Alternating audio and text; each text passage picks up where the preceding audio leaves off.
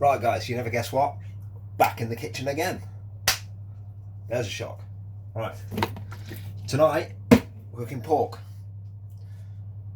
I'm not going to do a full video on the whole meal because it's a boring meal, but pork, I'm going to show you how to do good crackling, alright?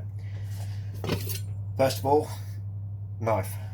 You can use a paring knife if you want. If you don't know that's for colour. Yeah, I've done it again. Or, yeah, that's carving knife, that one. So we can use that one, or paring knife, chef's knife, call it, the bigger one. But it's on the draining board, so I'll use this one. We need to sharpen it. Oh yeah, didn't know I could do that, did you? Right, what we're going to do first, put it back in the oil. Right, there's your pork. What we're going to do is cut slits in it on the crackling. Okay, even if it's got some, still do it anyway.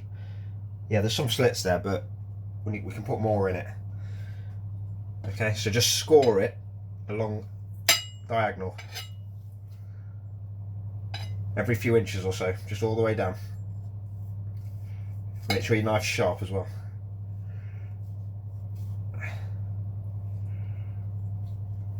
Turn that around so it's easier. There you go. Right, it's got the old slits in. You can always do it diagonal the other way if you want.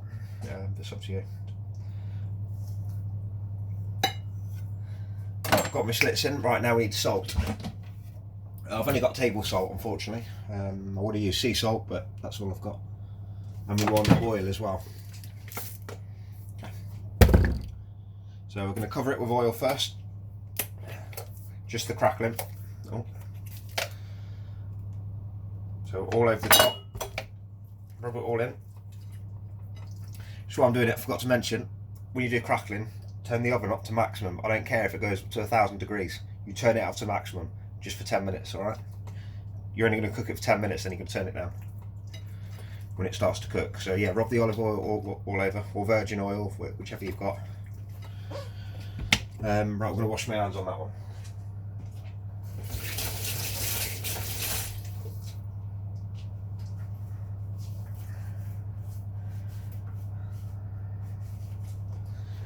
Right, let's try and find the old salt. Right, I only got table salt, like I said. So we're going to rub it all in on the top. This is what's going to give the crackling, the crackle. Really crunchy. Okay, so we're going to sprinkle it all over as much as you want. Probably about teaspoon, tablespoon. And then rub it all into the slits that you've made as well, and all over the top. As much as you can. Rub it all in. Get your fingers in the creases. Like a bit of that. Oh, little joke for you, because I know Steve will be missing out with the old jokes. So, what do you call a cow with no legs? Ground beef. There you go. Hope that keeps you going. Right, back to cooking. Rub it all in.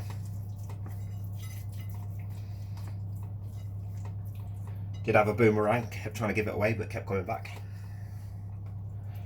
It's terrible, isn't it? Oh dear. It's all happening today, isn't it? Right, there you go, that's all rubbed in. There you go. I might put a bit more on it actually. Just a little bit. There you go. You can do more fancy stuff like cutting the crackling off, put it in a tray of salt, leaving it for a while. You know, there's many ways if you look online, but this is the basic way of doing it. Last time I did it, it was pretty good actually. We're going to do that way. There you go, it's all rubbed in. I'll wash my hands.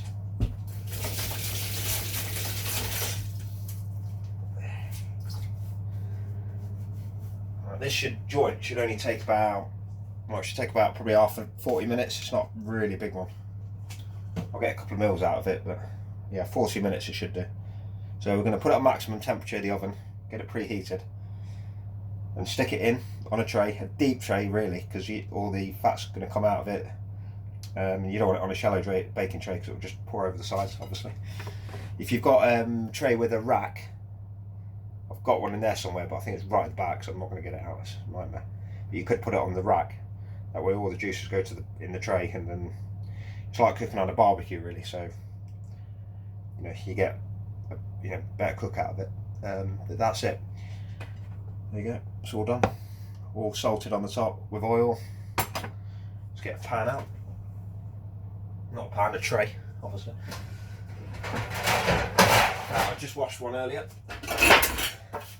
We're going to use the one I washed earlier.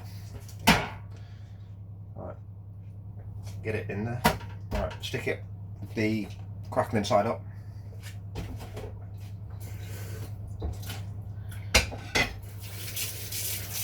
I keep washing my hands because it's raw meat, so I don't want to contaminate anything.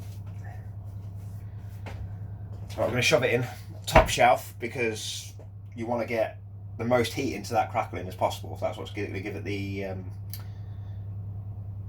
crunch at the end. You need to really cook it high. Okay, high temperature, highest heat possible, just for 10 minutes. I'm going to turn it down to about 160.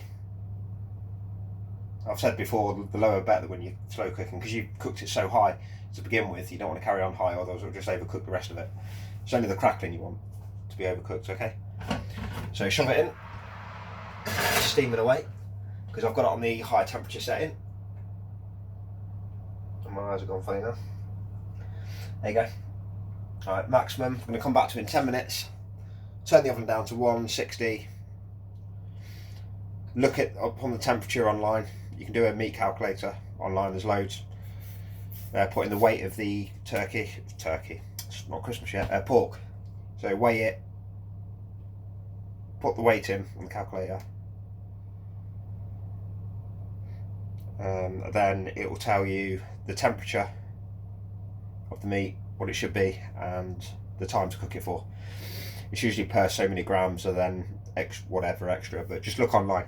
I don't know, but I know roughly from cooking that size before, it's about 40 minutes.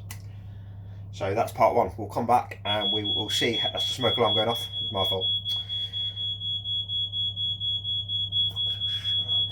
It'll go off on its own in a minute. It's not a lot of smoke. So we're going to come back about 40 minutes, and then we're going to see how it's cooked. Okay. So high temperature, 10 minutes. Turn down, 40 minutes. Then we're done. Okay. Hold tight.